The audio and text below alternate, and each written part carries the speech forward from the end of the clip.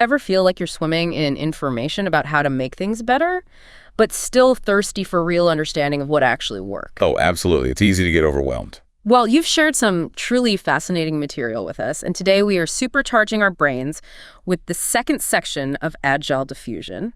This is by Dr. Malaz Boustani, a brilliant professor at Indiana University. Yeah, Dr. Boustani, he's a big name in geriatrics and neuroscience, really laser focused on tackling tough challenges like, reducing the impact of dementias. Right. And this part of his book, it really gets into the nitty-gritty, the nuts and bolts of how you actually get new ideas to spread and, importantly, new habits to stick, especially in really complex systems. Like healthcare, you mean? Exactly. Think about hospitals, health plans, that kind of thing. Okay. So for you, the listener, if you're all about grabbing knowledge that's powerful but also easy to digest, this deep dive is your express lane. We're going to unpack the core secrets of how change really ignites and how information travels effectively, all thanks to Dr. Boustani's insights here. Yeah, and if we kind of zoom out for a sec, our mission today is to really get a handle on what Dr. Boustani and his colleagues call Agile Diffusion. Right.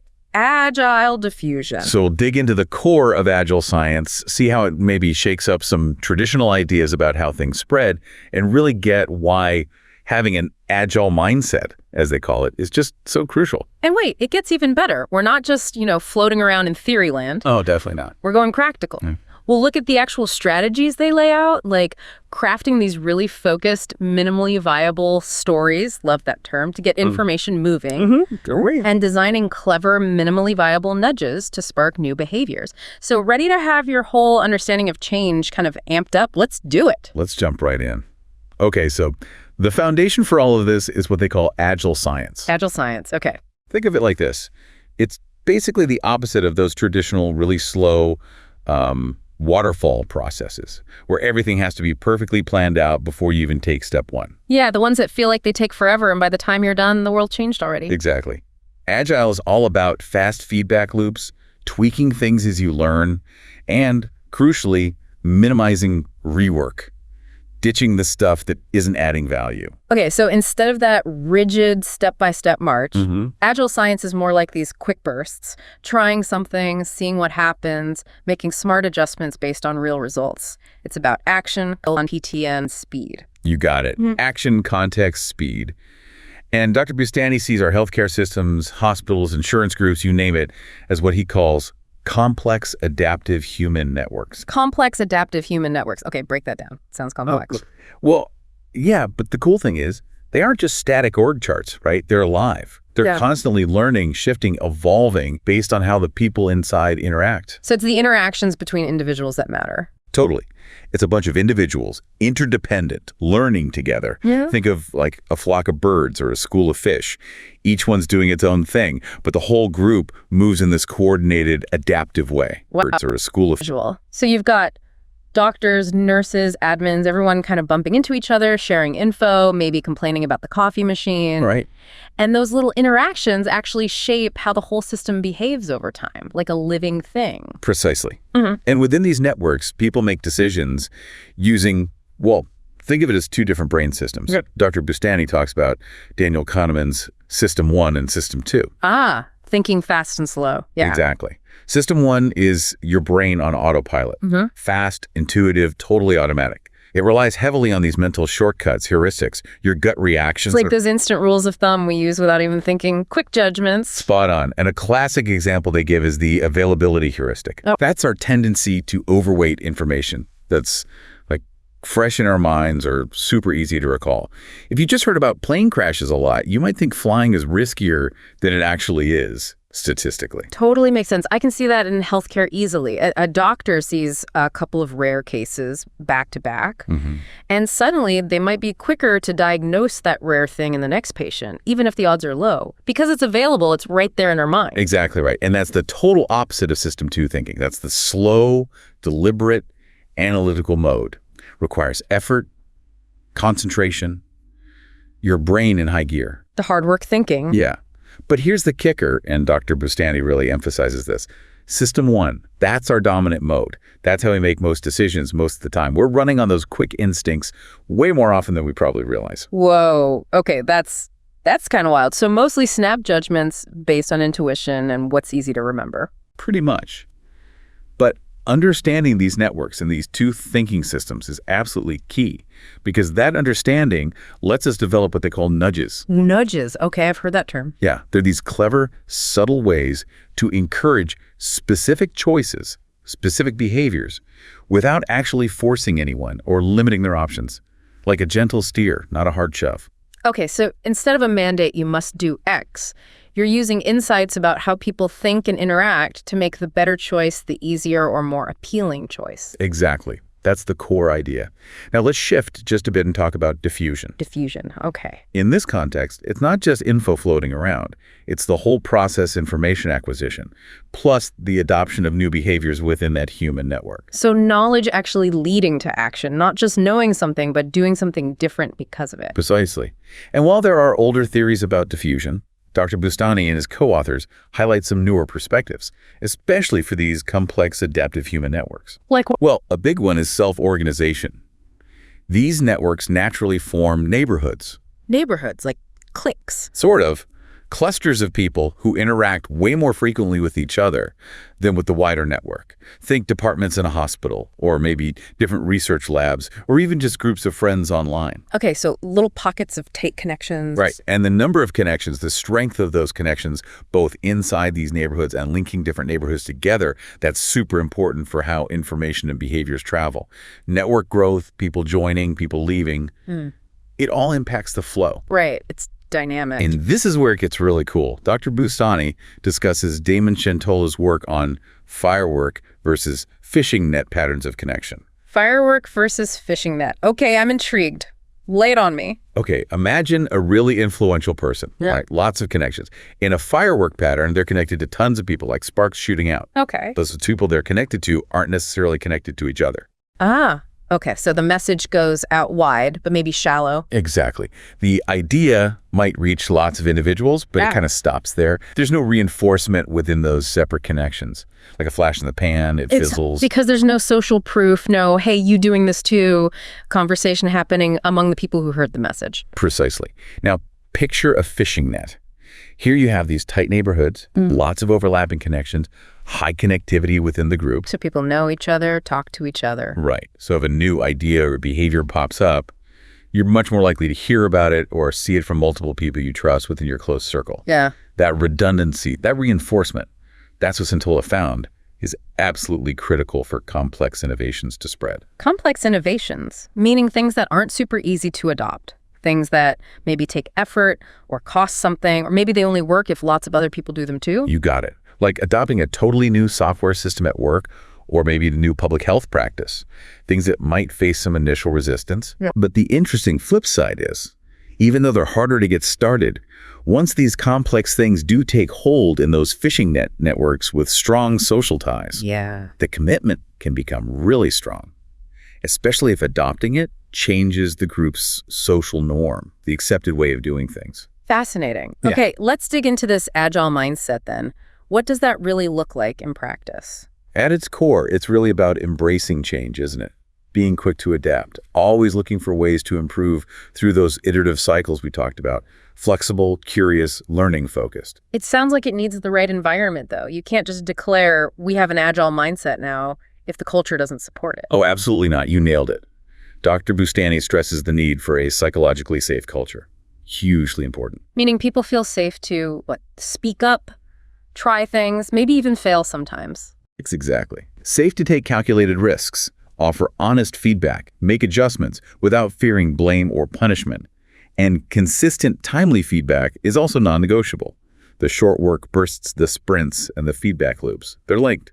Both need that foundation of safety and trust. Okay, so it's this constant loop. Try, get feedback, improve, continuous growth. And that leads right into the Agile cycle. They frame it as this recurring process. First, determining demand. The why. Why are we doing this? Exactly. What's the need? That demand is the engine. Then comes thinking, planning, strategizing, and then doing, taking action. And the cycle repeats. Demand, think, do. Got it. And underpinning that is Agile strategy, which is basically the process of setting clear components, defining the desired activities and the necessary resources. A clear roadmap, but one you're ready to adjust. Okay, clear but flexible. Now let's get super practical. Agile Diffusion 1.0 and this minimally viable story idea. Right. So this is about getting information to spread effectively. And they acknowledge, look, just sharing info often isn't enough to change behavior. Right, we just talked about that. But it's often the necessary first step. And the key here is focusing on sharing solutions that are successful, yes, but also feel reasonable and achievable to the audience. So not some pie-in-the-sky miracle cure, but something relatable. Exactly. And whether a story lands depends hugely on the story itself, obviously, but also on the audience. You got to know who you're talking to. Tailoring the message. And minimally viable suggests, like, just the essentials. No need for a Hollywood budget. Precisely. Get the core message across effectively. And part of that is choosing the right locations within the network to share it. Target those neighborhoods where it's most likely to catch on. Smart. So what are the key ingredients of this minimally viable story, according to Dr. Boustani? Okay. First, you need a hero. The hero. A relatable person or group. Someone facing a struggle the audience recognizes, who eventually wins through making a change. It lets the audience see themselves in the story. Right. If they can do it, maybe I can too. Exactly. Then, a goal. A humanistic goal that matters to the audience, connects emotionally. Then, the struggle. The problem. Yeah, a narrative showing the systematic harm or the problem being faced. Personal situation, impact on a population.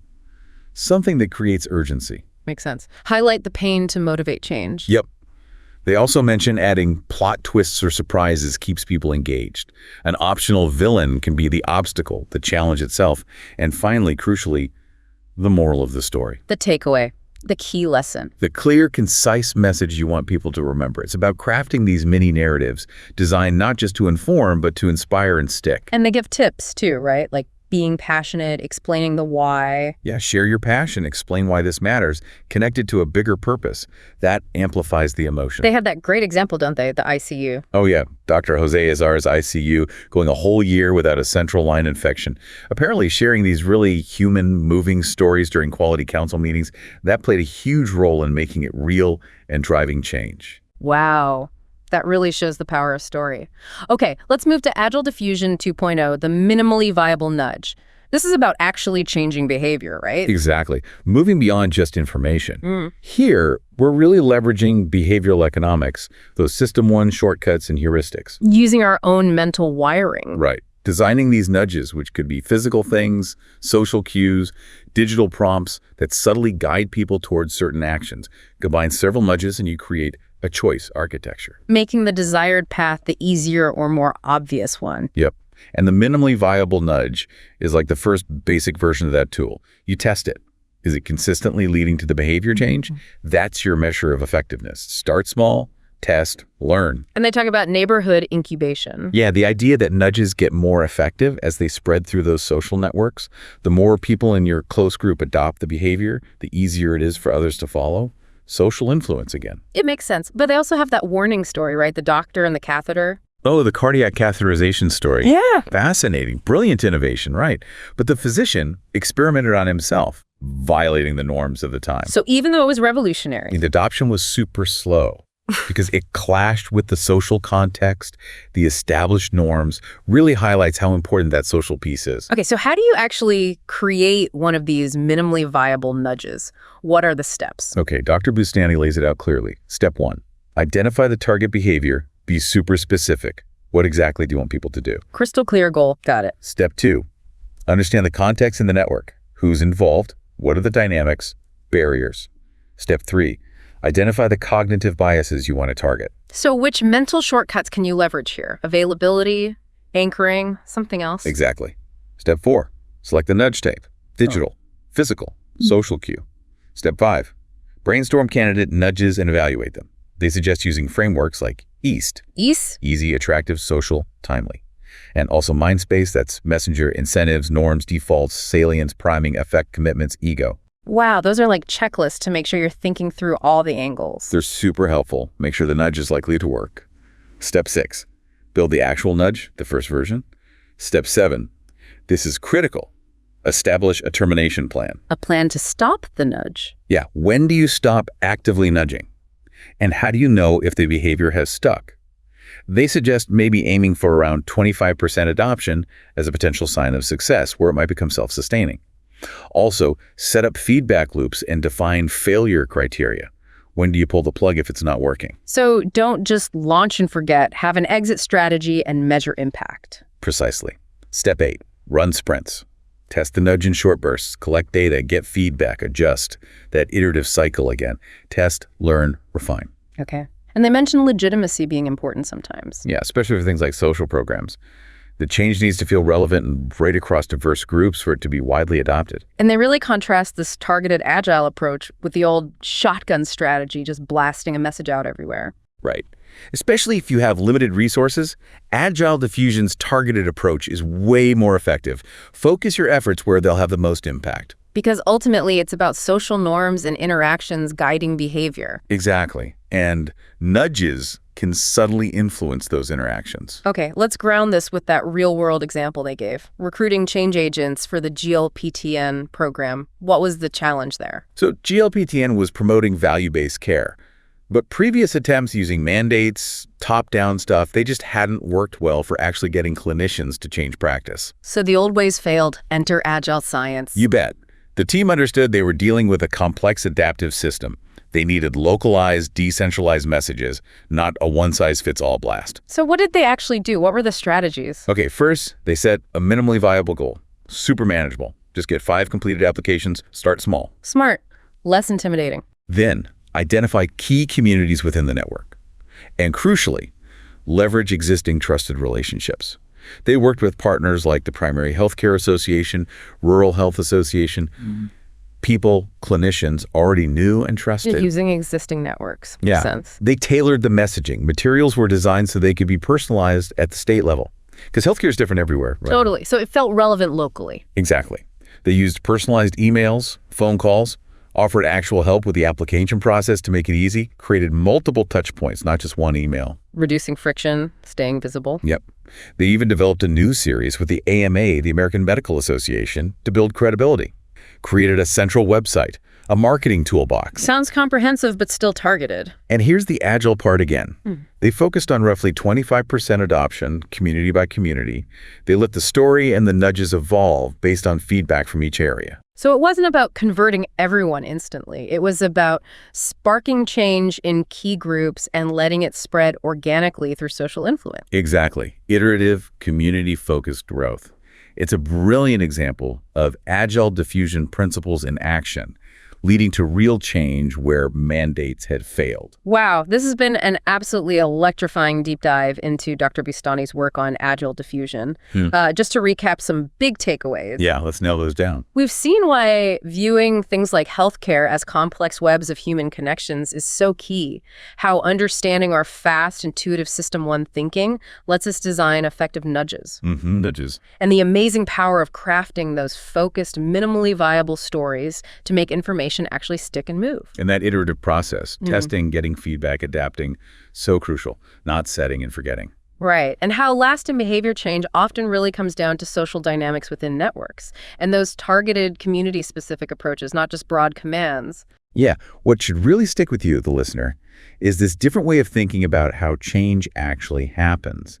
It's often not the top-down mandate or just shouting information louder. It's about deeply understanding the human side, the subtle influences, and using smart, adaptable strategies to gently encourage positive shifts within our interconnected worlds. So thinking about all these powerful ideas we've unpacked today, what's one area, maybe in your work, maybe in your life, where applying these concepts, crafting that compelling story, or designing that subtle nudge might actually lead to some meaningful change, something to chew on? Definitely.